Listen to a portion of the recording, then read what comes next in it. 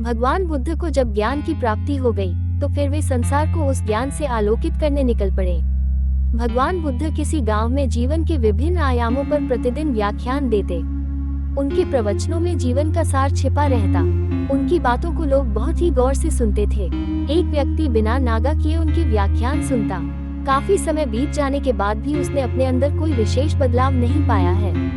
इससे परेशान होकर वो एक दिन बुद्ध के पास गया और बोला कि वो लंबे समय से एक अच्छा इंसान बनने के लिए उनके प्रवचनों को सुनता रहा है, लेकिन इससे उसे कोई विशेष लाभ नहीं हुआ। वो एक अच्छा इंसान नहीं बन पाया, उसमें कोई बदलाव नहीं आया है।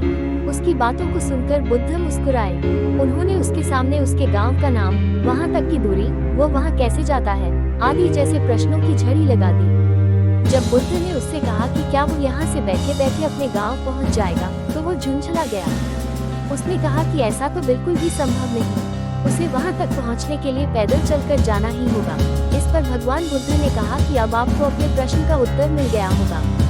यदि आपको अपने गांव का रास्ता पता है, लेकिन इस जानकारी को व्यवहार में लाए बिना वहां नहीं पहुंचा जा सकता है, उसी प्रकार यदि आपके पास ज्ञान है और आप इसको अपने जीवन में अमल में लाए बिना एक बढ़िया इंसान नहीं बन सकते। ज्ञान को अपने व्यवहार में लाना आवश्यक है। इसके लिए आपको दृढ़ निश्चय के साथ निरंतर प्रयास करना होगा।